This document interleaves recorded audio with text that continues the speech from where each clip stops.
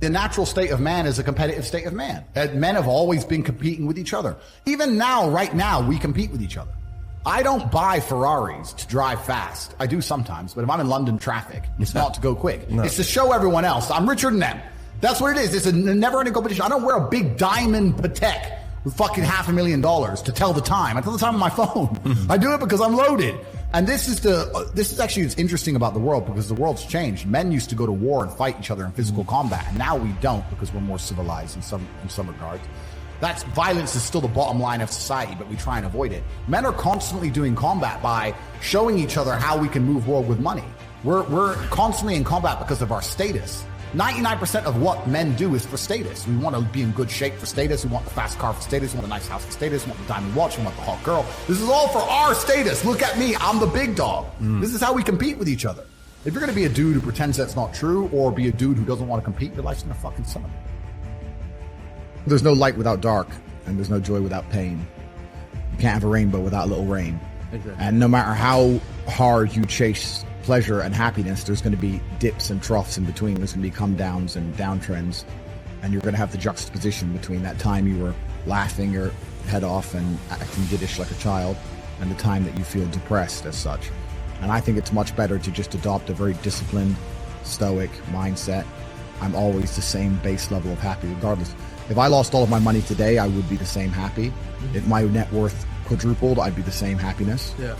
As long as I am alive, which is a struggle, unfortunately, in the current climate. But as long as I'm alive and the people I care about and love are alive, and as long as God gives me the honor of doing my duties and providing for the people I care about, as long as I get to wake up and know that there's a whole bunch of people in the world who need me, and I get to work hard to please them and do good for society and good for the world, then I'm a vessel of God, and I'm happy enough to survive. That's all I look at it as. I don't ever consider how do I feel. That doesn't cross my mind. I have things to do. I have things to do. You're too busy to think about that. I'm too busy. I have things to do every single day. I have very important things to do, and how I feel really is not going to affect how I complete those tasks. Right. And when I speak to men, they say I'm unhappy or I need to be happier. I think that's absolutely the wrong frame of life. You're a man. You have duty. You have honor. You have things you should be doing regardless of how you feel. And the people who are perma-obsessed with happiness or sadness, I just think it's the wrong paradigm to view the lens of life. I think you should get up and do what needs to be done. We talked about this started with an attack on masculinity. I think the reason there's such a large men's mental health crisis is because of the attack on masculinity. When you tell people with an innate desire to be masculine, whether it's God-given, whatever, like you said, they have innate desires. We're all born with innate desires.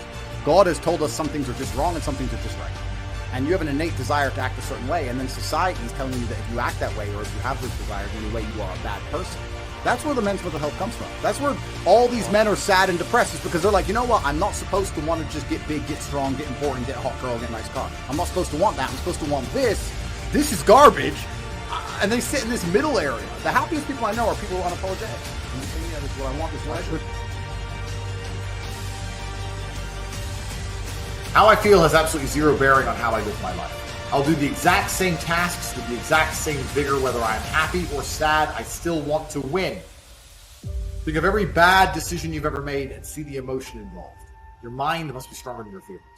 The point is this.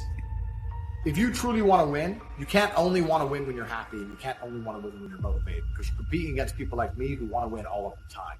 And unfortunately, it's player versus player. Every single girl that you want, every single dollar that you want, I also want. You're competing against men like me who will perform even when it's raining, not only when the sun is shining. And if you're going to be the kind of person who can only do it in one of those scenarios, you are going to lose. You must be prepared to perform all of the time. I have a lot of people who message me and say, I struggle with motivation. And my answer is simple. Then stay a loser. If you can't find the motivation to not be a loser, then I strongly recommend you just stay a loser, stay in your lane, and stay out of my way. I have no time for people who cannot find the motivation to fix themselves and fix their own lives. I've been the kind of person who will perform 7 days a week. It doesn't matter how I feel. It doesn't matter what's happened. It doesn't matter if I'm happy or sad. Things must be done. And this is the mindset you need to adopt if you want to be a winner. Absolutely everything that happens in your life, whether it's good or bad, is completely your fault. Not enough people take responsibility for their lives completely. So if you're watching this, I want you to very seriously do this. This is a serious exercise. Take responsibility for your life. I want you to get a pen and a paper and write down everything good in your life, everything you're grateful for and thankful for, and everything bad that's happening to you in your life. Perhaps you have a job you don't get paid enough. Perhaps somebody, your job doesn't like you and is being horrible to you and is preventing you from getting a promotion. Perhaps your girlfriend doesn't listen to you. You have a bad relationship. Everything in your life is completely your fault. Please understand, as a man, the key to being successful is building a formidable mindset that makes you ultra and hyper competitive in a very competitive environment. Now, competence and the ability to perceive the world as it really is, perspicacious and understanding the truth of the universe, is certainly a key element in terms of becoming a feared opponent and understanding the world and being competitive. However, there are certain scenarios, there are certain times in which you don't have to be concerned with being right or wrong. You must be concerned only with being as competitive as possible. This is the idea I try and teach people inside the Matrix when I say I do not believe depression is real, and they try and convince me it's real. I don't care what science you come up with convincing me it's real, because if I believe in depression, I am more likely to become depressed. If I don't believe in it, it cannot affect me. I cannot become depressed if I do not believe in depression. So by extension, my mind is more competitive. I'm a more feared opponent. I'm more dangerous if I don't believe in depression. That's why I've created my mindset to be as competitive as possible. You must understand that competitiveness as a whole is the baseline for masculine experience. Every dollar you want is wanted by other men. Every female you want is wanted by other men. You are competing against other men your entire life. Even when you walk into a room, instantly you are measured and sized up and down. You are competing. So for this reason, you must understand that you must build a mind that allows you to compete day after day at the highest possible echelons and be successful. Build a competitive mind. Now, to do that, you must self-analyze. Everything in your life is your fault. By accepting everything in your life is your fault, it makes you more competitive. If you believe that things just happen to you or that bad luck just comes and you can't affect it, you're not as competitive as someone like me who believes that everything is my fault. If it rains tomorrow, I am responsible for the rain. Do you understand? You may think I'm crazy, but I'm not, because I could have looked at the weather forecast, flown to another country to avoid it. There is always something I could have done. I could have packed an umbrella. I could have planned to go driving on another day when it's not raining. Everything is my fault all the time. I have absolutely not responsibility and accountability, which allows me to... Thanks for watching. Check the description down below to enter a free giveaway and claim some free gifts. If you want to make money with YouTube, then also check the description.